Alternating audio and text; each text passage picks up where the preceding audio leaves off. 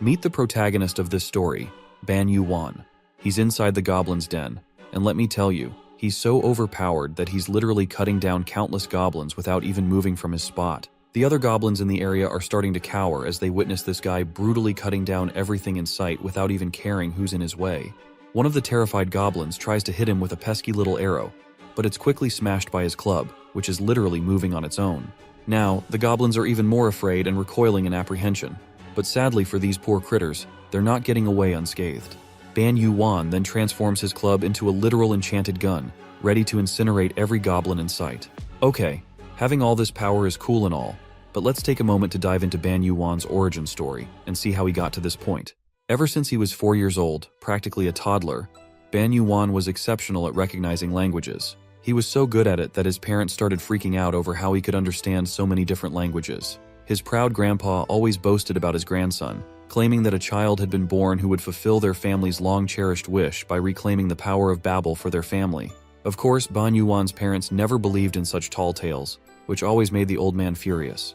You see, according to their family lore, long ago, in a chaotic world, the great ancestors of the Ban family possessed the ability to allow everyone to communicate.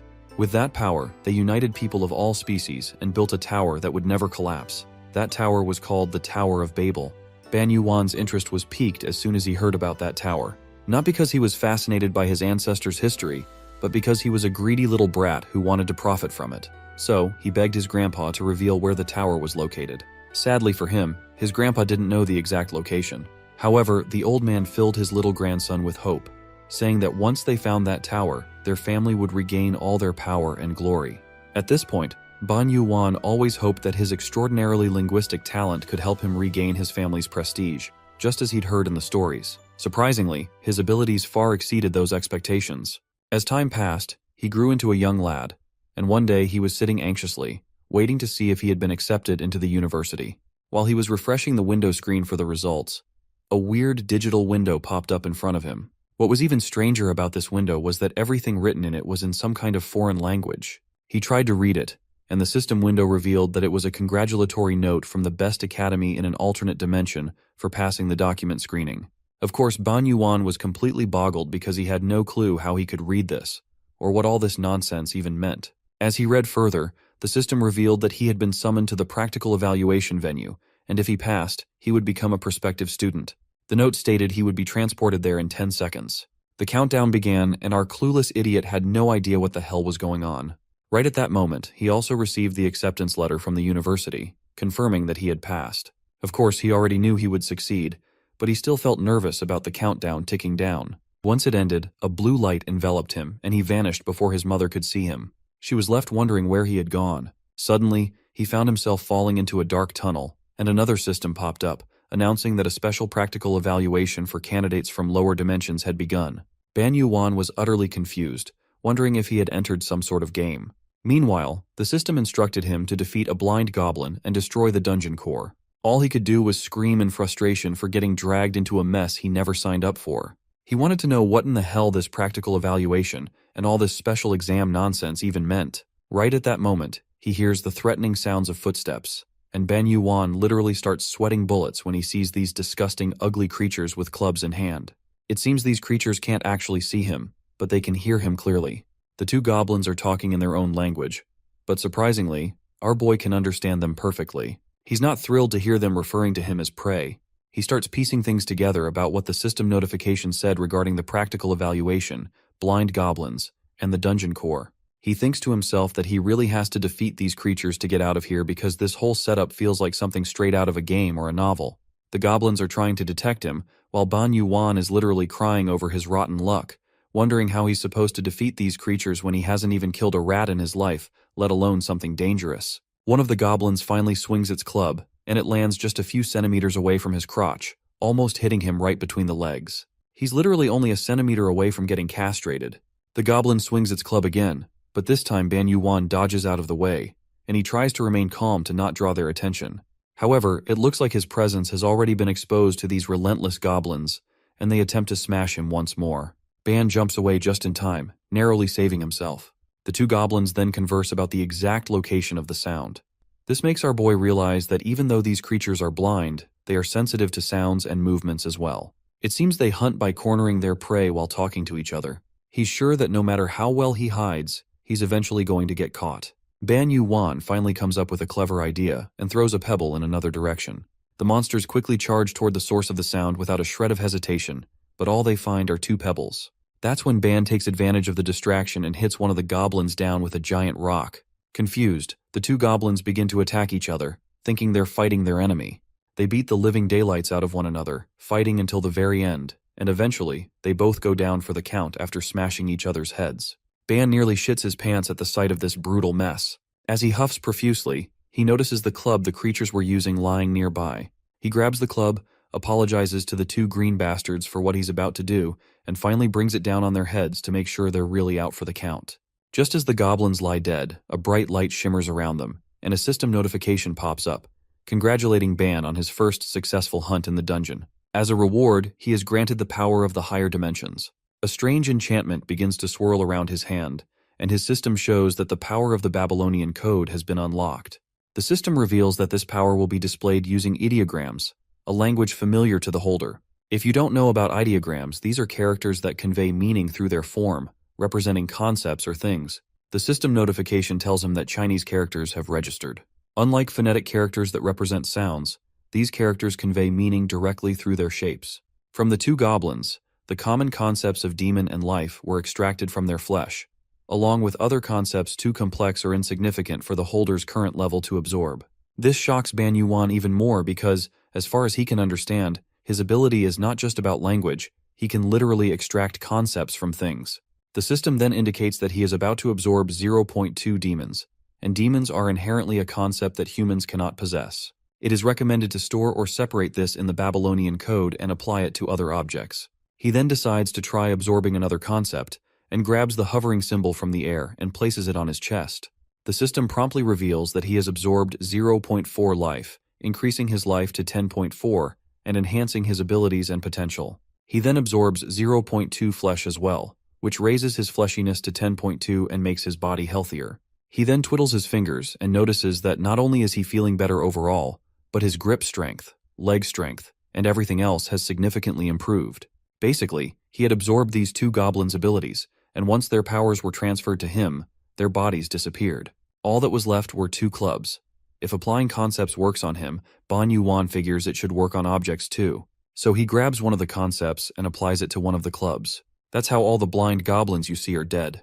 He then finally destroys a strange orb-like object, known as the dungeon core, and the system window promptly congratulates him for passing the practical test of the lower dimension special examination. Ban Yuan lets out a huge sigh of relief, wondering if this means he can finally go home. But to his dismay, the system informs him that he will be transferred to the dormitory. The place he was sent to wasn't home. It was a world he had never seen before, a place called Union Academy. As he lands on the ground, another system window congratulates him on passing the practical exam and becoming a provisional student. The system then informs him to wear the assigned uniform properly and attend the interview, making sure to wear the Union Academy uniform with pride. Of course, Ban Yuan is cursing his rotten luck once again. He had finally been accepted into one of the universities back home, but now he's stuck wearing a school uniform all over again. Not that he has any options. Begrudgingly, he quickly puts on the uniform and strides out, ready to give these people a piece of his mind. At the very least, he's thinking of demanding compensation for the transportation mess they put him through. But all of his frustration vanishes when he spots an absolute beauty in glasses sitting at the reception counter. Ban Yuan hesitates to approach her, wondering if she might be an alien with green skin like the goblins he just fought. But, alien or not, she's undeniably stunning. Once the lady notices him, she greets Ban Yuan as if she had been expecting him. She introduces herself as the professor of magic combat at Union Academy and expresses her delight to see him there. First, she congratulates him on passing the practical exam, and then asks if he knows how extraordinary his test results were, because he has caught the full attention of the entire faculty. Of course, Ban Yuan has absolutely no clue what she's talking about. Meanwhile, the professor continues, explaining that he's the first student in 500 years to create a new artifact during the evaluation. But our boy isn't exactly vibing with all of this praise. After all, he was dragged here without knowing anything and almost died in the process. The professor, however, is all smiles, thrilled beyond measure. She explains that his case is exceptional, even beyond what was expected from the special examination. Meanwhile, Ban Yuan is mentally tuned out, wondering when he'll finally get a chance to leave this academy. But then his eyes land on something strange outside, which is a massive pillar. He curiously asks the professor about the name of that pillar. She explains that the pillar is the very reason Union Academy was established. The academy exists to raise students with the greatest talents across all dimensions and help them reach the top of the tower. This, she says, is the ultimate aspiration of Union Academy and the final hope shared by all dimensions, to conquer the Dungeon of Dungeons, the origin of all mysteries and dangers in this world, known as the Tower of Babel. This revelation hits Ban Yuan like a truck. The Tower of Babel, everything his grandpa used to talk about, the stories he'd heard growing up, it's all here, right in front of him. Even though Ban Yuan is thrilled by the revelation, there's one thing he still doesn't fully understand. They called it the Dungeon of Dungeons, so does that mean strange monsters have taken over the tower? But whatever the case, a smile spreads across his face, because he realizes the glory of his family, and everything from his ancestors will be revived once again. At that moment, he makes his decision to enroll in Union Academy. Thanks to the professor's special treatment, he's sent back home temporarily. After gathering his whole family and explaining everything that just happened, he prepares for his enrollment with renewed determination. Fast forward to his return, inside the lower dungeon of Union Academy in the Hobgoblin Cave, we meet Ban Yuan again. This time, he's completely obliterating the poor goblins out of existence, wielding his powerful enchanted gun with ease, the results of his training and newfound powers. The legend of his family begins anew, and Ban Yuan is just getting started. Now that we know how Ban Yuan reached this point, it's time to dive deeper into his abilities. You see, at first, he thought his power was limited to language, but after encountering various goblins, he began to seize concepts like demon, life, flesh, murder, and even shooting. This all changed dramatically with the Babylonian Code, an ability that lets him absorb, verbalize, and manipulate the very concepts of all objects around him. Whenever he defeats an enemy, Ban Yuan can acquire concepts that he can recognize. The more concepts he acquires, the stronger he becomes. For example, in his first dungeon, the Blind Goblin Cave, he seized several concepts from the goblins and imbued one, demon, into a club, strengthening it into a weapon. That club is now infused with ghastly energy and has become the first artifact created by Ban Yuan. At his command, the club reveals its true form, transforming and acting autonomously as a weapon. He hugs his new buddy so hard that it makes him blush, all thanks to this little guy, who helped our boy score some great evaluation results. Next, he decides to sort through all the concepts he has got. That's when he notices something among the concepts he snagged from the monsters, a brand new concept called soul. At that moment, his little club starts begging him to share this concept. My guy happily agrees, not just with the soul concept, but he also throws in some life ghosts and spirits. He quickly summons the concepts and embeds them into the club. The combined concepts create perfect harmony, causing a transformation in the artifact. The ghost and beast concepts automatically merge, resulting in an amazing synergy that goes way beyond their current potential. Thanks to the transcendental fusion, Ghost Beast 10 has been completed, and a snake known as the Ghost Beast appears before him. Honestly, I have no idea how his powers are working exactly, but I'll just pretend I do. As fierce as this beast looks, it turns out to be just a little snake that emerged from combining the ghost and beast characters, giving life to this new creature known as the Ghost Beast. Ban reaches out to touch it, but when he sees the snake's reptilian face, he hesitates. The snake seems to sense this and starts to look a bit sad. Eventually, Ban musters the courage to rub the snake's head, and the little fella quickly wraps itself around our boy's hand, and Ban even gives him a name, Eve. Before heading back, they decide to check out the growth stats. From what he's experienced so far, life seems to be a concept similar to a level in a game, while flesh represents physical stats. He's still puzzled about why the soul stat is so high. He starts to wonder if abilities like all-seeing eyes and all-hearing ears are somehow related to his language skills. In any case, he decides it's time to return. Once he hits the yes button, he begins to teleport to the Union Academy entrance ceremony. Once we arrive at the Union Academy auditorium for the entrance ceremonies, the whole place is buzzing with new students. In the middle of all the excitement, our boy pops in, catching everyone's attention with his unexpected entrance. He's a bit startled by the sheer number of people around him, but he quickly activates his all-seeing eyes. These special eyes let him read everything depending on his proficiency, allowing him to understand the aura and spirit of his surroundings more deeply. Just as he thought, unlike him, who entered through a special admission from a lower dimension, the regular students who came through the normal process look really strong, even at first glance. As he scans the crowd to find his seat, a giant, ugly bastard suddenly appears in front of him and asks if he's from the lower dimension. He warns our boy not to wander around and to stay out of his sight. My guy just waves them off and starts walking his own path to avoid any commotion. It's clear that those who came in through the regular process have high opinions of themselves and look down on him because he's from a lower dimension. Even here, the ones with power and strength are looking down on those beneath them, which isn't so different from his home planet Earth. He wonders if this attitude is the same everywhere in the world where these people live. Suddenly, someone calls out his name and tells him to come here to sit. As he approaches, he notices only 4 seats, with 3 people already occupying them. He wonders if this is where the special admission students from lower dimensions are supposed to sit. This whole setup is practically screaming racism to him. When he uses his eyesight skills to assess these people's abilities, what he sees completely boggles his mind. Not only are these guys powerful, but they've got enough strength to wipe the floor with the regular students. The blonde guy sitting in the first seat turns out that he already knows our boy. He's the handsome roommate Ban met at the dorm before the entrance ceremony, though their first meeting was a bit unusual. When Ban first entered the dorm room, this blonde dude actually pulled a sword on him. But before things got messy, Ban quickly reminded him that they're both freshmen, which means they're roommates.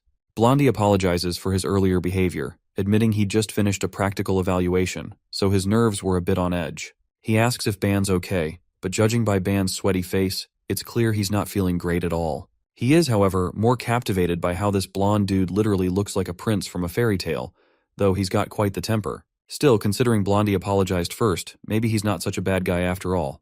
They sit together and chat about their experiences.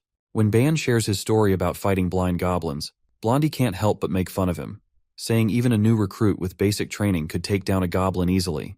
Naturally, this annoys Ban, who mutters to himself about how this guy is 100% oblivious. Speaking of fights, Ban suddenly remembers he needs to wash his uniform.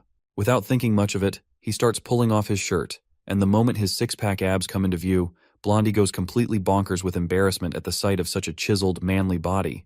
When Ban looks at him, Blondie quickly turns his head away to avoid any awkward eye contact, which creeps Ban out a little. In the present, the moment is still filled with tension, but then Ban waves hello to the other 2 ladies sitting in the adjacent seats. One of them has pink hair and looks absolutely phenomenal, with her toned assets and long hair that perfectly complements her cat-like eyes. Then there's the white-haired girl, and the first impression she gives is anything but pleasant. Ban actually recoils a bit in fear because her deep black eyes are so intimidating that he has to turn his head away. As he does, the creepy white-head lady stares at the white snake wrapped around his hand and asks him what it is. Ban introduces his little friend as Eve, and all 3 of them instantly warm up to the adorable creature. Blondie then curiously points out that this snake used to look like a club, so he's curious how it transformed so drastically in just a few days.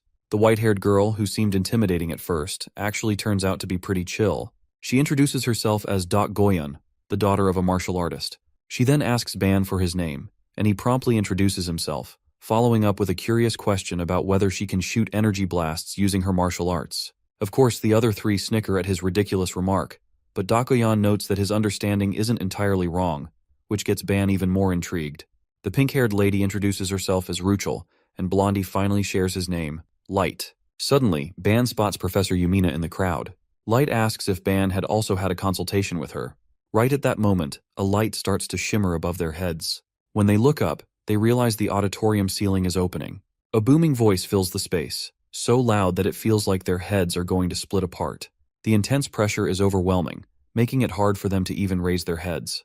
The ominous voice announces the beginning of the entrance ceremony for the 2557th Union Academy class. When we finally look up at the sky, they see a massive eye towering over them. A little while later, we catch sight of Yumina, who looks delighted after hearing the principal's speech, but our party seems a bit unsure about the whole thing. Then Ban casually drops the bomb, asking if that giant eye was actually the principal. His offhand remark totally shocks everyone, and they quickly bombard him with questions about how he could see that eye at all and how he managed to look up. Curious glances fill the room, especially from Dak Goyun, who keeps staring at him with her deep black eyes. It's literally creeping him out. Ban then stutters and twists his story, saying he just felt like there was a giant eye watching them. Anyway, Yumina explains that the being they saw was indeed the principal, and that they probably won't see him again unless a student achieves something special or causes an incident. She's sure that Ban will get a private meeting with the principal, but Ban quips that meeting a terrifying principal is the last thing he wants to do before he dies. Yumina chuckles and tells them that their achievements are also her achievements as their professor, so she encourages them to work hard. This catches Light off guard, and he quickly asks Professor Yumina if she is going to be in charge of them. Yumina puts her cup of tea down and confirms with a smile, officially introducing herself as Professor Yumina. She teaches magical combat and has been assigned as the homeroom professor for their class 11, hoping to work well together for the next 5 years. Light finds it odd because, as far as he knows, lower-tier special admission students are usually assigned to associate professors. Yumina confirms this, explaining that everyone here is such a special student this time that she has been given their responsibility. She decides to give them a piece of advice, which is to be careful of the regular students' jealousy and hostility. Her words carry weight, and Ban can't help but think that the jealousy and hostility she just mentioned aren't just about academic competition. They also refer to physical confrontations and fights between students. Matters outside the internal competition protected by school rules are things even professors can't interfere with. Yumina then tells them that from now on, the 4 of them should stick together since they're all rare special admission students. They'll also form a party to climb the tower together until graduation. With that, Yumina concludes their session and snaps her fingers to bring out a small gift she has in store for everyone. She promises to explain the rules and details after they receive the artifact. Right at that moment, she produces a pendant, declaring it to be their student ID card. She reminds them that they can use this student ID to identify themselves, access all facilities on campus, and even teleport anywhere within the Union realm. Later, once the trio uses their pendants, they are actually teleported outside of the academy building. But they soon arrive back into the building, which makes them let out a heave of disappointed sighs. I'm not sure why they are disappointed, but I will guess that the pendant forced them to teleport back, since they are not allowed to go outside yet. Anyhow, Light adds that they'll need to keep their student IDs on them if they want to enter the tower. But then the cat girl asks why Ban was left behind alone. Light says he has no clue, but the black-eyed girl suggests that maybe the principal sensed Ban's presence too. She suspects that out of all the students, he was the only one who could look directly at him. So there is a possibility that the principal also felt the presence of Ban as well. The scene then flashes to a little while later, where Yumina is on a phone call. She tells the caller that they were just about to have a tea party, but it looks like they'll have to cancel because the principal wants to meet with him. A bit later, we see Ban's terrified and anxious face. He's literally sweating his balls at the thought of having a private meeting with the principal on the first day, even though he hasn't caused any trouble. The principal instructs him to look directly at him because his true form is not here. Ban finds out his principal is talking through a doll. The principal asks him to address him as his master and decides to explain why he called our boy for a meeting. Usually the master tries not to interfere with the students' growth, and if his students are weak, he leaves them as they are. If they are strong, he lets them stay strong. He further says he doesn't care if any of his students die in the tower or end up surviving to one day gain glory. He then reveals that he is only chasing one goal, which is to witness someone who reaches the end of the tower with his own eyes. With a harsh tone, the master makes it clear that everything is meaningless to him other than seeing someone reaching the very top of the tower. The protagonist becomes silent for a second after hearing all of this, and then questions what he means by meaningless. Ban then also recalls his grandpa's words and understands that the tower has existed since the time of his ancestors, and the Ban family is determined to take back the tower as well. The protagonist knows he's ready to achieve all the glory and strength, even if it requires sacrifices like his own life. He remains determined to conquer the tower, but wonders why the professor and other students are chasing after the tower's end. He then asks this mysterious man why he comes all the way from other dimensions to climb the tower and wonders what the tower really is. The master thinks his answer through properly and reveals that the tower is a gateway to the divine. It's a challenge. Ban remains confused, but his master assures him he has no reason to interfere with the student's hard work, but he's thinking about making an exception this time by helping our boy. Of course, Ban doesn't understand what he's saying. The master points the doll's hand towards the protagonist and tells him he has great potential. Seeing his capabilities, the principal decides to make some efforts to help the boy prepare for his journey to climb the tower. Ban questions what kind of preparation he is talking about. The principal shares that the privileges our protagonist holds for exploration have been increased, and now he can travel to any dungeons easily. The master advises him to increase his skills first before starting his journey to climb up the tower. Ban is surprised to find out he can leave the academy, and the master confirms it once again. After the principal is done with this, he helps the boy teleport back, and before letting him leave, the master advises him to improve his skills again and promises to unlock his next privilege soon if he shows great progress. The next privilege he's getting is solo exploration of the tower. The master hopes they can see each other again and teleports Ban somewhere else. Our boy ends up getting transferred to Professor Yumina's room, and she asks him about the meeting. Ban finds his head on her lap and becomes surprised to see her again. He quickly gets up out of embarrassment. Yumina tells him the master's personality is very strange, and he never likes visitors. She notices his pendant and is surprised to find out he's been given permission to leave the academy as a student. Ban has no idea if it's a big deal and remembers the master advising him to improve his abilities quickly. She tells the boy it really is a huge deal and helps him understand that he can now freely explore dungeons beside the tower and also has the freedom to visit external cities at will. She still doesn't believe a student has so much privilege and tells our boy that with this freedom he can gain a lot of experience and prepare more than others. Ban understands her and is relieved the master wasn't advising him to grow stronger because he's totally weak and lacking behind. He smiles awkwardly. Professor Yumina calls him lucky for the privileges he has gained and shares that it's hard for the teachers to leave the academy at this time since it is the Union Academy. Yumina reveals that everything inside the academy favors students only and can be a hassle for the professors. Our boy understands her, and she helps him learn that with the new privileges he has gained, the protagonist can easily explore dungeons and visit new cities whenever he's free. Yumina shows how envious she is and wishes she could also enjoy snacks whenever she wants. The professor recommends Ban to visit an external city known as Ronica and shares there's an amazing spring temple that's worth a visit. Ban is confused by the professor's sudden change in behavior, and before leaving, he asks if she wants something from the city. After a while, the protagonist starts walking towards the new city. He finds the weather amazing and remembers Professor Yumina's request. She informed him about the famous amazing honeymoon wine that's made by the temple priests. She assigns the protagonist a mission to bring back at least 2 bottles of liquor. Ban still can't believe his professor is asking students to run errands for alcohol.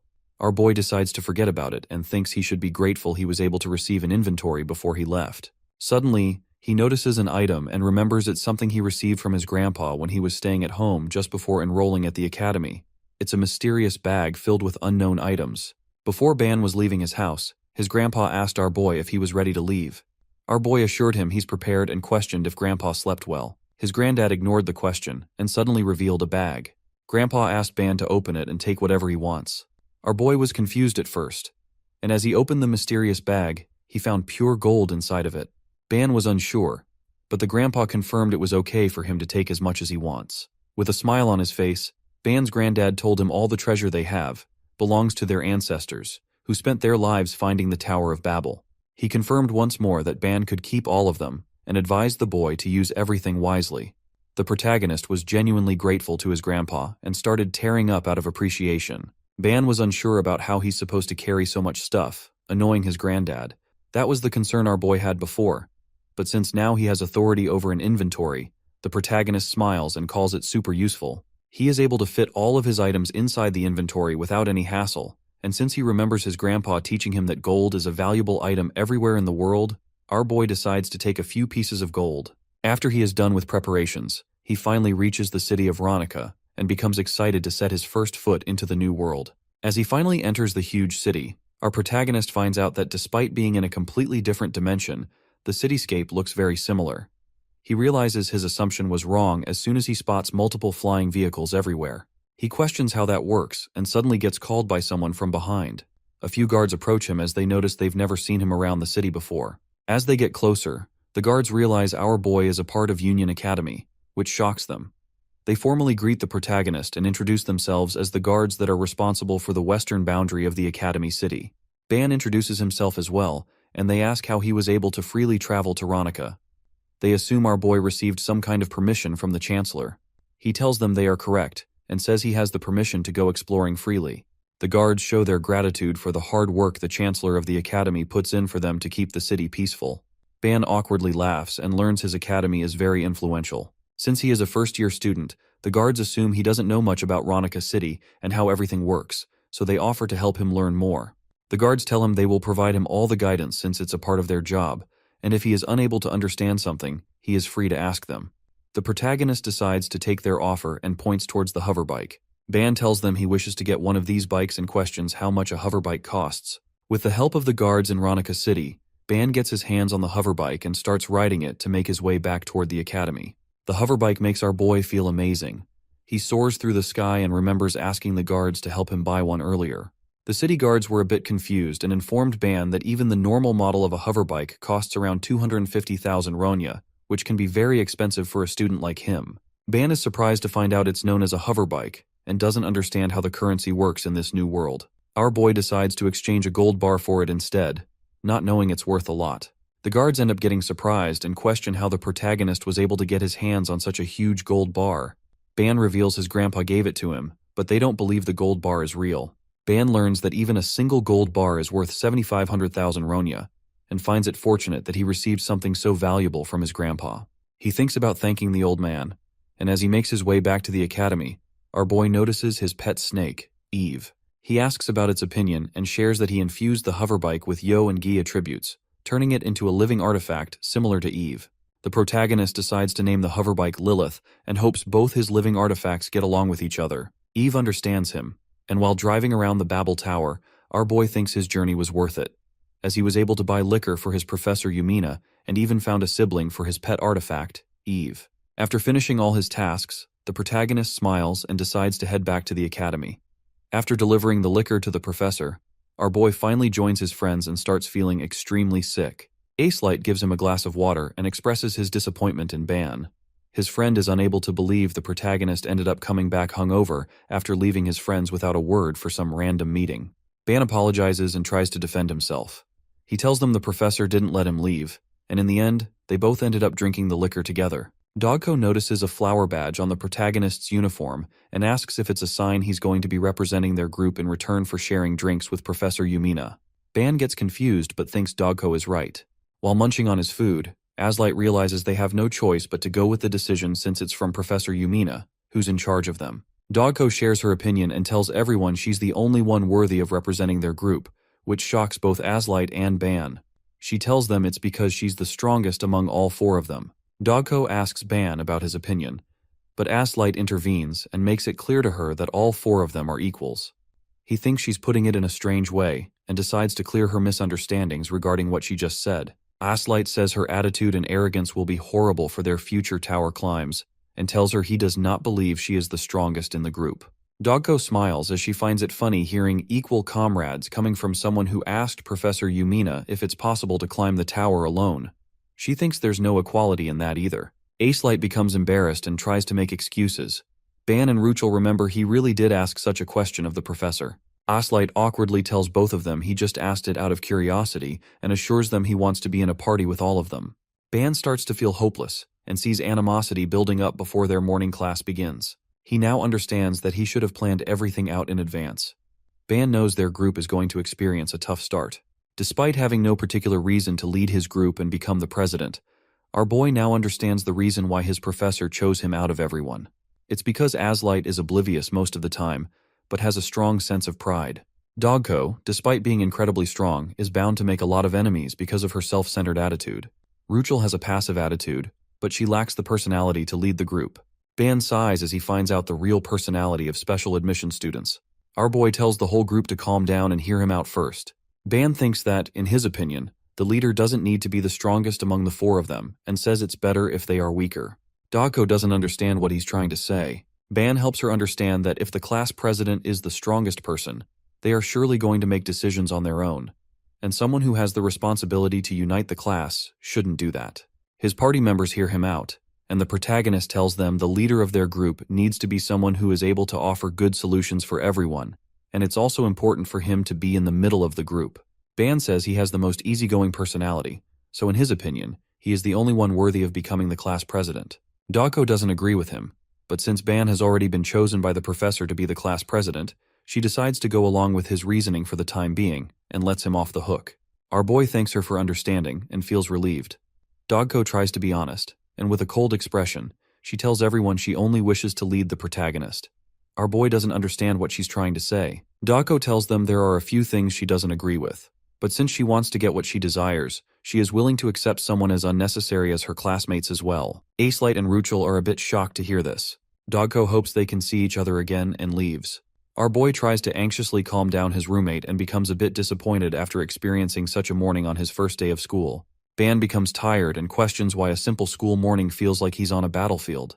The protagonist decides to give himself a break and understands that it will take time for him to resolve the issue of pride among the group members. Ruchel asks Ban about something. She excitedly questions if he still has the cute snake he showed them earlier and tells our boy she wishes to at least touch it once. Ban realizes the academy is filled with multiple challenges, and in his first lesson as the class president representing everyone in a room filled with many unique individuals, our boy ends up facing a new difficulty as one of the students challenges him in a fight to see if the leftover students are skilled. At the training ground, Ban stands with his group as they all face the special students.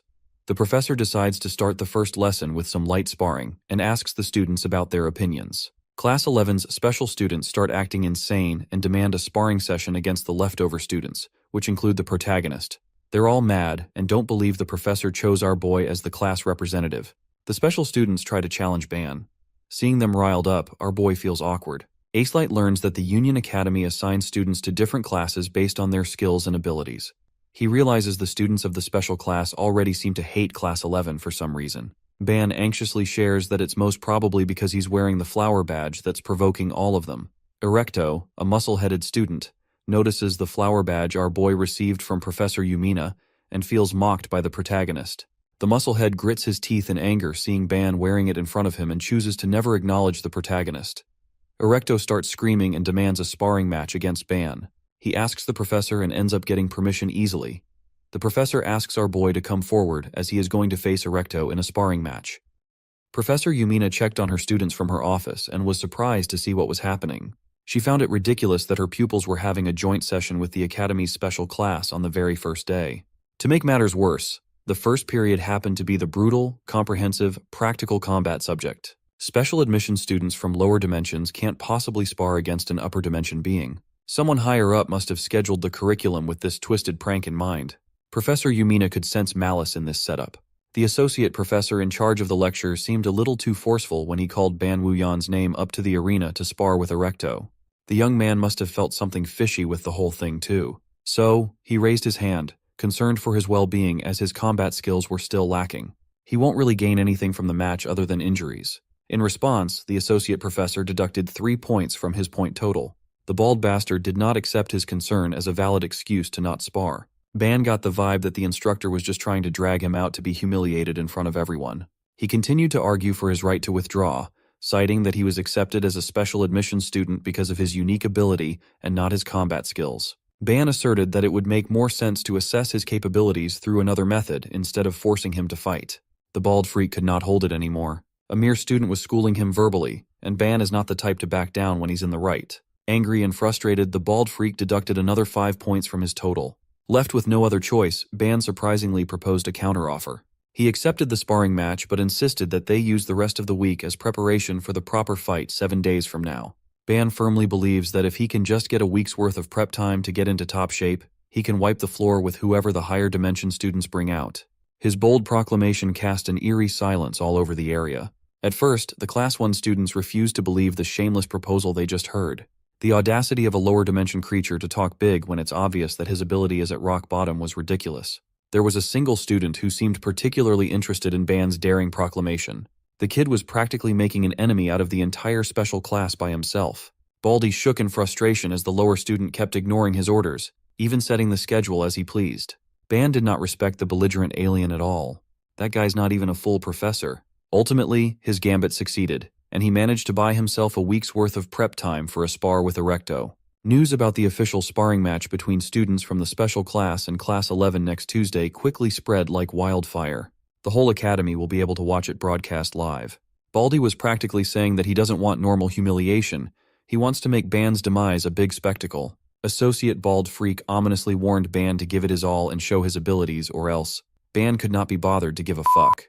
He looked past Baldy and waved his hand in greeting towards Erecto. Ban flashed a confident smile and expressed his excitement for their fight. Erecto was not really the chatty type. Ban just wanted to confirm something through their little interaction. He managed to take a peek at Erecto's stats, which were terrifying. Thanks to the eyes of infinite reading, his vision allows a deeper understanding of the target's aura and spirit. As expected of the special class student, Erecto was a beefcake. His life and body stats are simply outrageous. But even so, Ban did not feel too bothered. He has gotten used to seeing his classmates' stats. Compared to them, he and Erecto are nothing. Ban has a lot of grinding to do to climb the tower with his lower dimension comrades. As he stepped out of the stage, Ban was confused by the gloomy look on Light and Ruchel's faces. Their eyes were focused on Dako as she did some stretches to warm up. Unlike her class president, Dako specializes in combat, and she's not afraid to cause some damage. She taunted the arrogant bastards to face her if they were curious about the skills of a special admission student. Dako Yan really is built different. She's probably the strongest person that Ban's all-seeing eye had scanned with S and double S tier traits across the board. Dako laid down her invitation, and not a single special class student stepped up to the plate.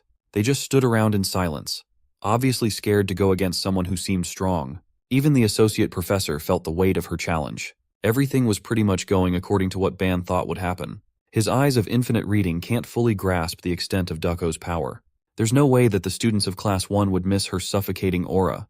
Dako continued to goad the cream of the crop students to grow some balls and show some confidence. She singled out Erecto in the middle of the crowd, and the stone-bodied brute started sweating nervously. Seeing that Erecto's not the type to hold back against her class president, Dako was hoping to get the same treatment so she could crush Erecto's bulging ego. Poor Erecto just wanted to do some unpunishable bullying. He wasn't expecting a challenge by some death god. If he tries to save face and back down from Dako's provocations, Erecto would be done for.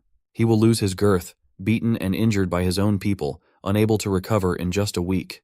That ending won't work for Ban, so he hurried into the arena to get Erecto out of Dako's crosshairs. He reasoned that since he was sparring with the Rocky Brute next week, Dako would have to wait for her turn. Ban knew that she was just trying to fight back against the unfair treatment they'd been suffering. He's determined to prove his worth with his own abilities from now on. They can't rely on Dako's raw power all the time, after all.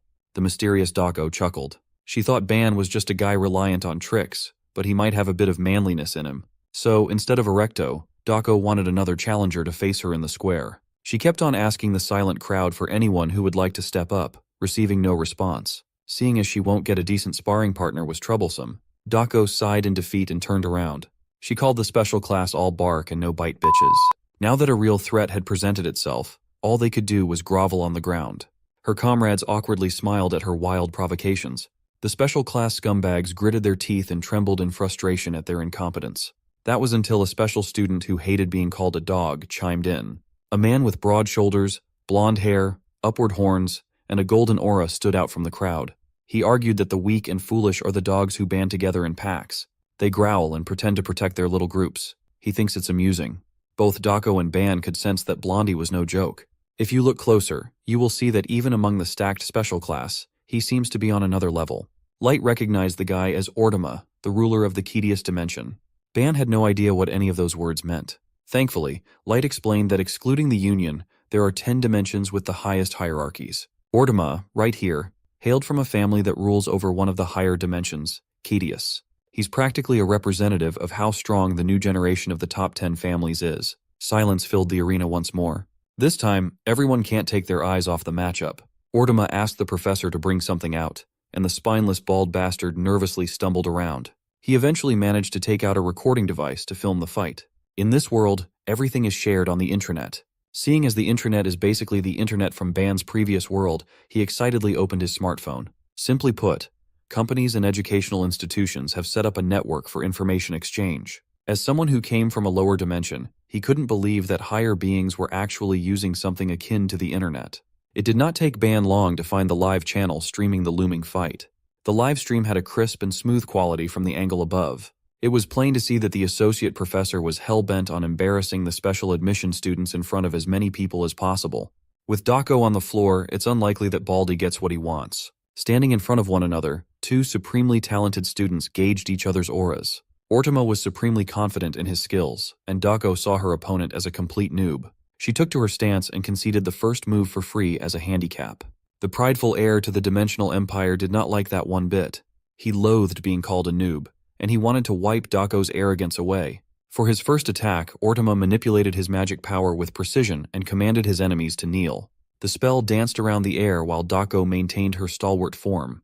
Ortima's power was so wild that it managed to reach the special admissions bench. As soon as Ban felt the power behind the spell, he buckled in terror.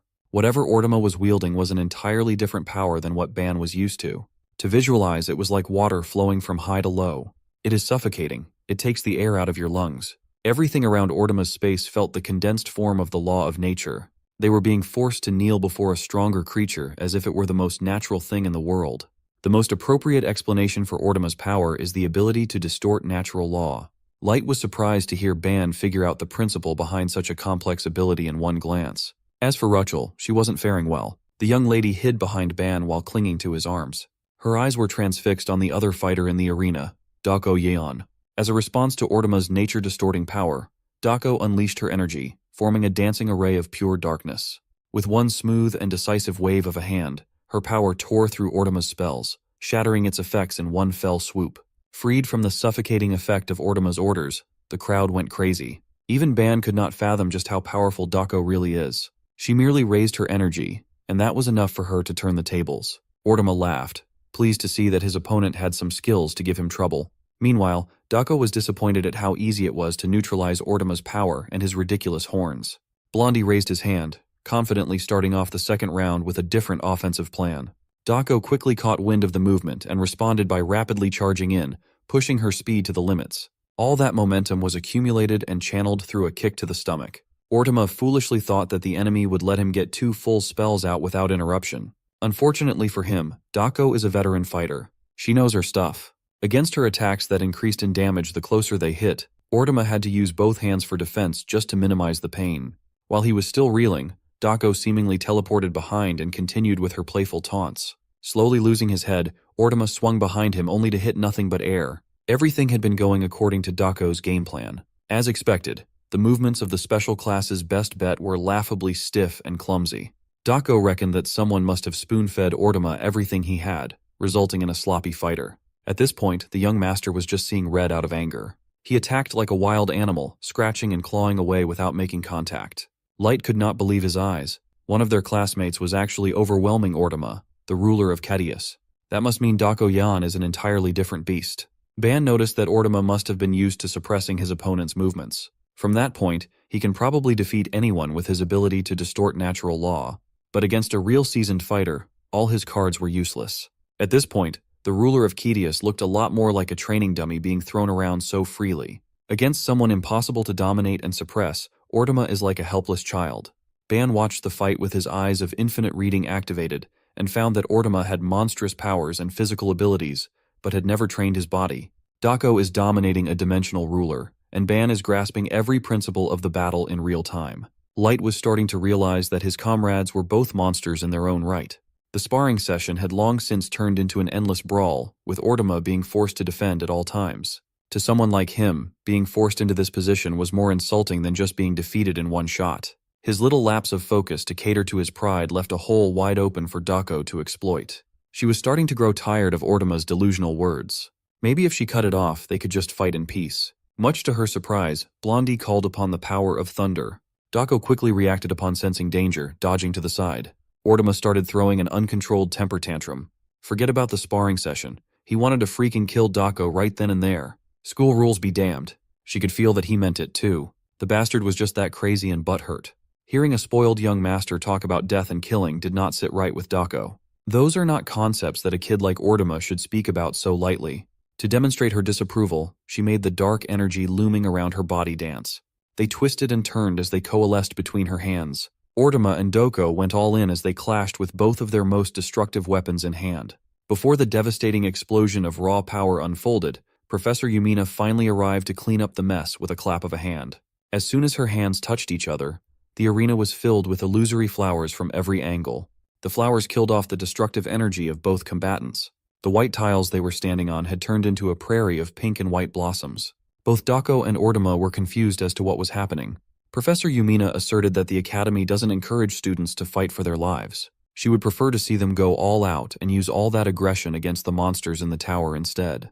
Under the light of the sunset, the arena and even the stands were filled with Professor Yumina's power. She pointed one finger up, and the flora started rising as if they had lives of their own. Everyone just looked around in awe of such a beautiful use of magic. Ban considered how complex the technique must be if the flowers were illusions.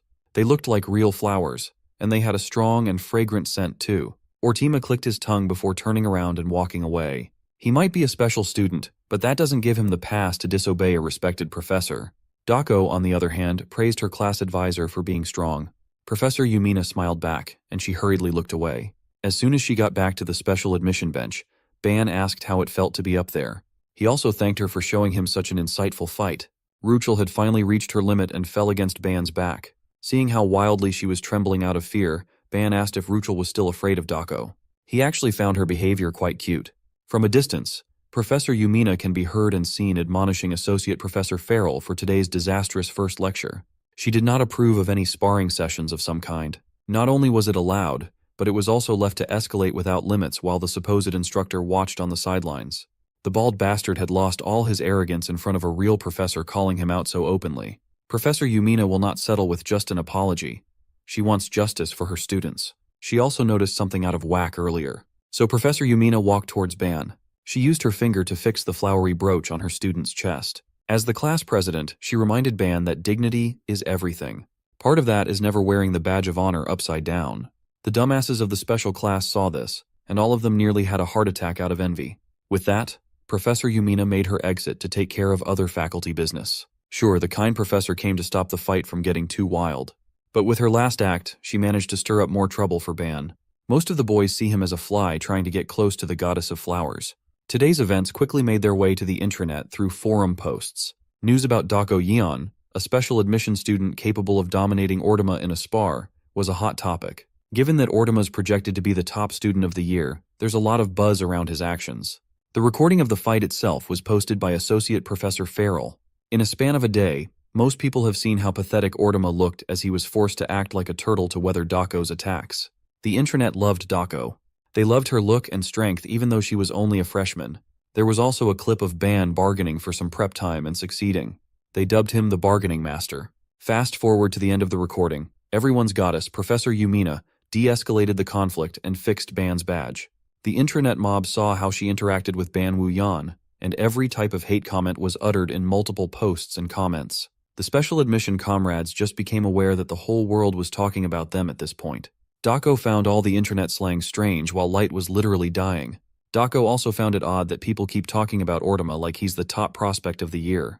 Among the special class, she sensed at least one person more capable than everyone else. A witch with blue hair.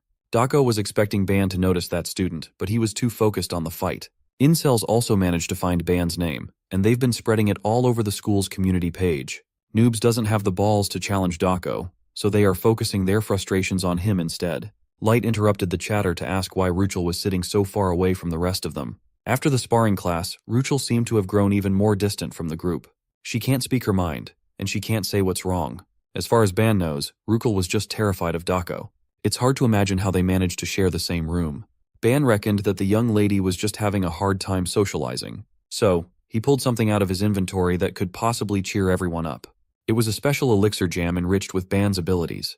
It holds the concentration from thousands of fruits to promote overall growth and stats. Light and Dako curiously looked at the vibrant jam. Ban could already tell that they would love this stuff and asked for some bread. While Ruchel was sulking away and eating by herself, she caught a whiff of the special elixir jam. Her dark expression lit up with how pleasant the scent was.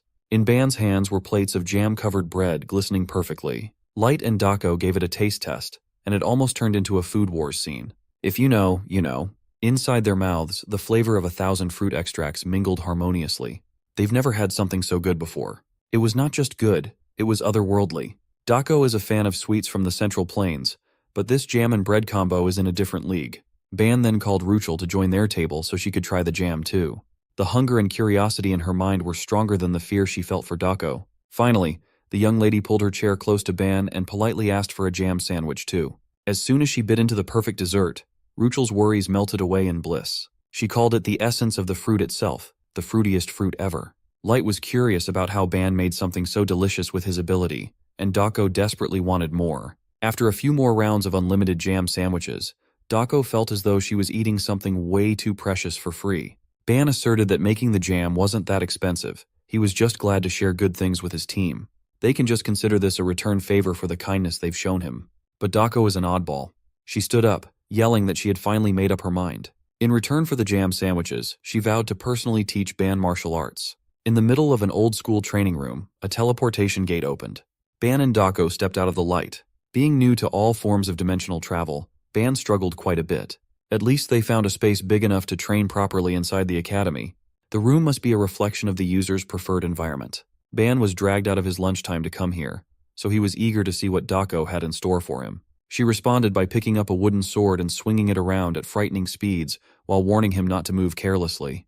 Dako started the lesson by assuming her stance and driving the wooden sword forward with intent. She aimed the tip on his face, and the momentum behind the stab was palpable. The blade stopped inches away from his face as he imagined just how much damage he would have sustained if she attacked for real.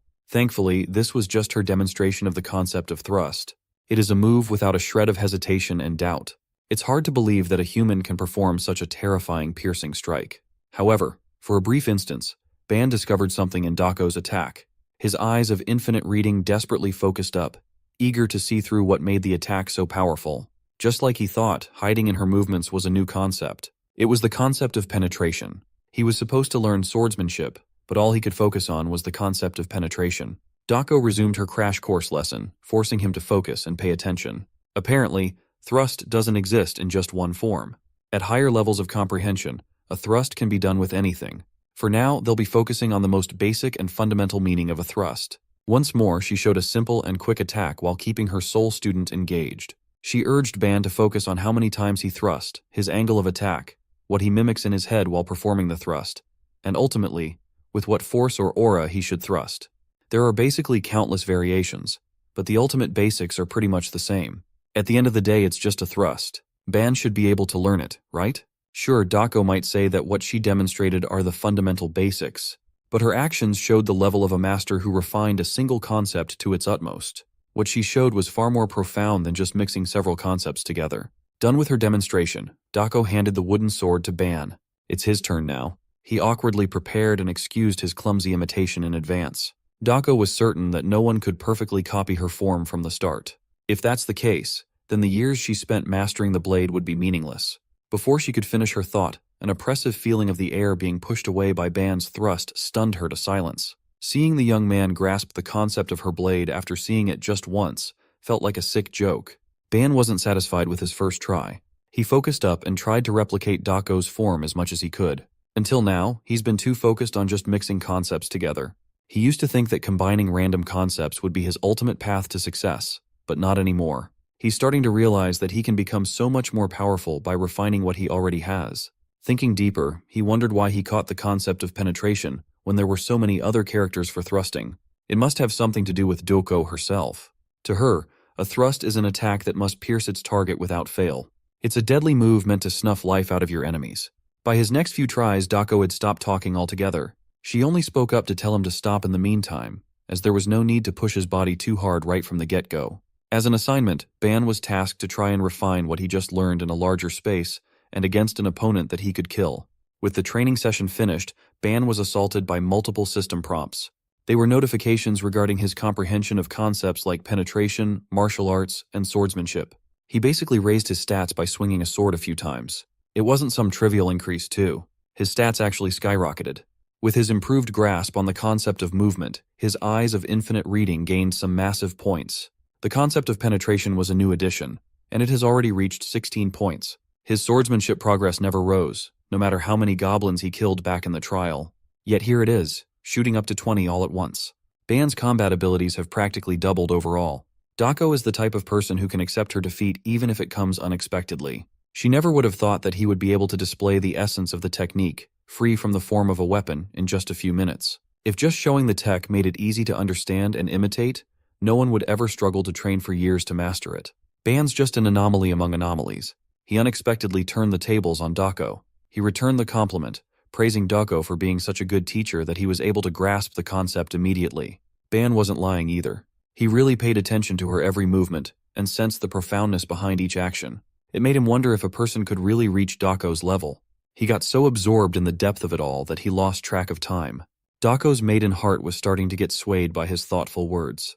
They haven't even known each other for long, yet he says such saccharine things so easily. In any case, Ban would love to learn a lot more in exchange for the elixir jam. Dako teased him a little bit more but also assured him that there was no need to worry. She might have lost in terms of potential today, but she's determined to make up for today's loss. For the first time since they entered the academy, Ban saw the cold and calculating powerhouse smile. They got too into their one-on-one training that the time for the next lecture had already arrived. As they teleported out, Ban smiled at the thought of Dako's pure expression. Back in the halls of Union Academy, Ruchel and Light absent-mindedly head for their next class. Suddenly, a group of higher dimension students deliberately bumped into Ruchel. The Rizzler demanded her attention, and all Ruchel felt was fear. When asked where she was from, she didn't even know how to respond. The alien Rizzler was about to try to make some moves on Ruchel when a hand barred him from getting any closer. Light had come to his comrade's rescue, and the aliens did not like that at all. When Light introduced himself as Ruchel's classmate, the Rizzler nearly spat on his face. Nearly every higher dimensional being sees the lower dimensional scum as low-life bugs who have no right to butt in. Coincidentally, Ban and Dako spawned in the hall where trouble with the Rizzler was brewing. The lecture was about to start, yet their classmates were still hanging around outside. The cowardly aliens quickly scattered away upon seeing an enemy they did not want to piss off. As they left, they spouted empty threats. Finally, the special admission comrades were left alone. The instances of on-campus harassment are just becoming worse. Inside the lecture hall, the professor was yapping about the history of the Union before the Chancellor founded the Academy. Everything started from the moment the tower appeared in the primal dimension. While the lecture continued, some scumbags were busy trying to film Ruchel from afar. It was the same group that harassed her outside the lecture hall. They don't even see her as a person, just a bug trying to climb the tower instead of going for a more suitable job. The Rizzler offered to take Ruchel in to work for his family so she could get pampered every day. They were literally talking about making her a slave and laughing like animals. Light and Ban could hear everything loud and clear. The scumbags weren't even trying to hide their contempt. It made Ban wonder if, no matter what the scale, people would be horrible everywhere. To make matters worse, the professor doesn't even care. While Ban was trying to figure out the professor's stance, Light stood up from his seat to ask for help. Blondie snitched that there were noisy students disrupting the class and making it hard for everyone else to concentrate. The professor took the complaint and shared it with everyone in the class nonchalantly. He did not admonish the annoying bastards at all. It looks like they can't even rely on some professors for help when the discrimination is so blatant. Suddenly, the goons started cursing at Light for standing up and snitching like a fucking idiot. They did not like how good-looking Blondie was. They think he's a show-off. The goons continued talking trash to Ruchel and Light without lowering their volume so everyone could hear their horrible jabs. The verbal assault has driven the sweet young lady to tears and Light to rage. The valiant knight can only take so much. Failing to contain his anger, the pen in his hand broke into two. Light would have made a move right then and there if Ban had not forced him back down his seat to calm down. He was practically telling Light to hold back even after hearing all the horrible stuff from those scumbags. But fighting those guys would just be a pointless action at this point. Causing trouble inside a classroom in the middle of a lecture will only make things worse for everyone. Fortunately, Ban had already set something up to combat discrimination. There's more than one way to solve a problem. One solution happens to involve UnionTube on the intranet. He actually clipped all the horrible stuff coming out of the goons at the back. Those kids can keep laughing like idiots. It would only make them appear more obnoxious on the live stream. All that filthy talk during class will be free for everyone to watch. If you're wondering how Ban was able to set a camera up at a perfect angle, the simple answer was none other than Eve. The trusty ghostly beast carried a small camera and filmed the whole stream. The people on the intranet flocked to the live stream, trashing the goons for spouting a bunch of vile insults. Ban cleverly titled the stream as Union History to subtly stir up public opinion even more. There's just no way he would let those bastards get off easily after making Ruchel tear up. Finally, the three stooges were informed about the live stream and tried their hardest to find the camera. When they finally saw Eve, the ghostly beast quickly escaped. The goons started yelling at the special admission students for setting them up. The ruckus of it finally made the professor act out. He deemed the troublemakers' behavior in class as atrocious. He took their names and ordered them to get the hell out. When the three stooges did not listen to the professor, he forcefully blasted them out of the lecture hall with magic. The three were given an F for the entire year. At least the professor was somewhat reasonable. But if you ask Ban, he believes that an F for the class is still a bit too lenient. Light agreed. However, according to Ruchel, the punishment was plenty enough. She feels better now, thanks to her classmates standing up for her sake. Ban tried to pass it off like it wasn't a big deal. He is fully aware that he's not as strong as the other three, so he has to imagine some workaround to handle issues. This time it worked out. Ruchel, Light, and Dako looked at Ban with appreciation. They all feel more at ease knowing that such a reliable guy is their class president. The very next day, the group was ambushed by the same three stooges who just can't seem to learn their lesson. This time, they singled out Light while Ruchel hid behind Ban. The valiant knight answered their call, meeting the Rizzler and the goons eye to eye, his posture as perfect as ever. What happens next? You'll find out tomorrow. Don't miss it.